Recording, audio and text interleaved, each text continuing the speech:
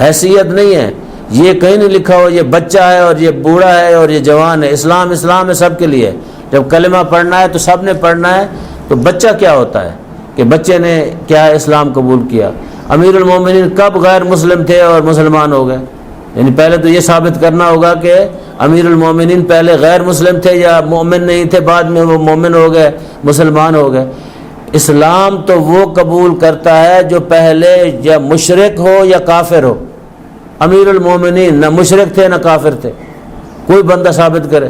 یہ صرف کیا ہے، بعض لوگوں کو بچانے کے لیے، ان کی عظمت بیان کرنے کے لیے امیر المومنین کو بھی وہاں کھڑا کر دیا۔ پھر جناب خدیجہ الکبریٰ کے بارے سلام اللہ علیہا کے بارے میں بھی یہی کلمات، اور تمہیں سب سے پہلے انہوں نے کیا اسلام قبول کیا۔ بھائی جناب خدیجہ جب زوجہ پیغمبر ہو گئی تو پھر کیا باقی رہا؟ کیا رسول اللہ کی زوجہ بن گئی تو کیا رسول اللہ کی زوجہ بننا ایک معمولی بات تھی؟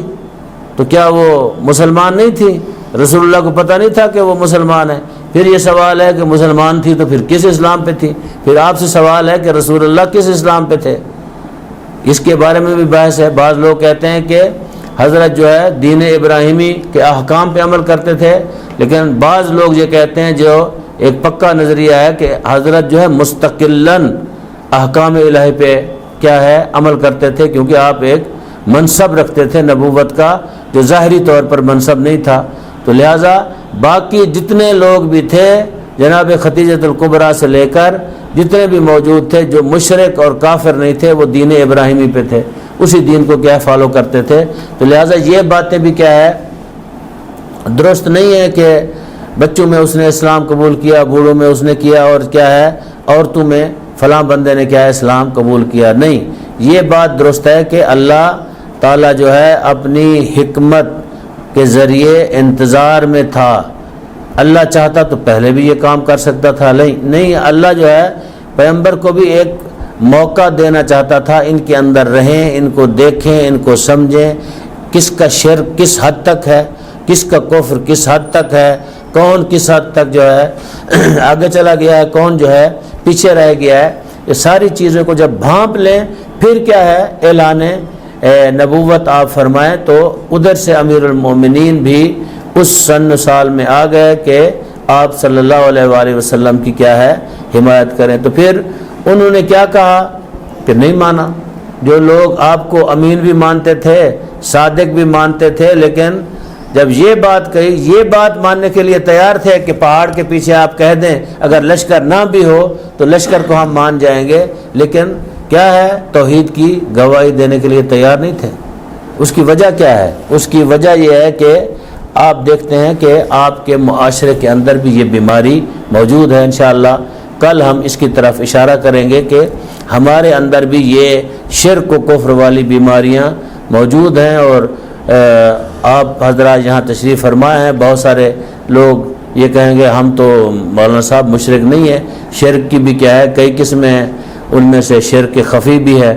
ہم جتنے یہاں آپ لوگ بیٹھے ہیں اکثر شرک خفی رکھتے ہیں، اس کی پھر بھی کہیں نہ کہیں معافی ہے، لیکن مشرک ضرور ہیں۔ اللہ تعالیٰ کے مقابلے میں کبھی نہ کبھی کسی کو ہم لے کے کیا ہے آ جاتے ہیں۔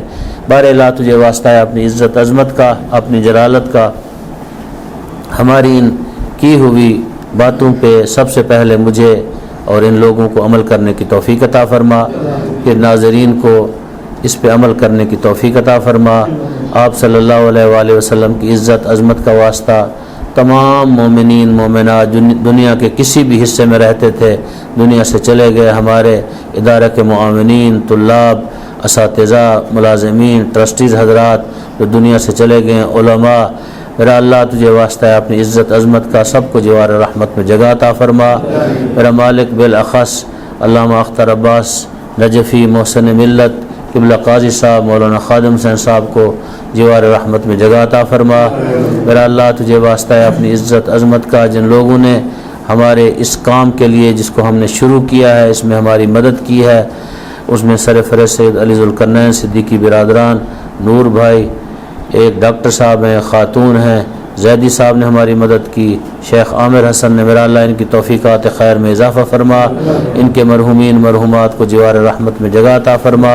میرا مالک تجھے واسطہ ہے اپنی عزت عظمت کا اس ادارہ کے معاونین ملازمین، علماء، طلاب، بالاخص اس ادارے کے سرپرست حضرت آیت اللہ حافظ سید ریاض سے نجفی یہ توفیقات خیر میں اضافہ فرما، ان کا سایہ ہمارے سروں پر قائم و دائم فرما۔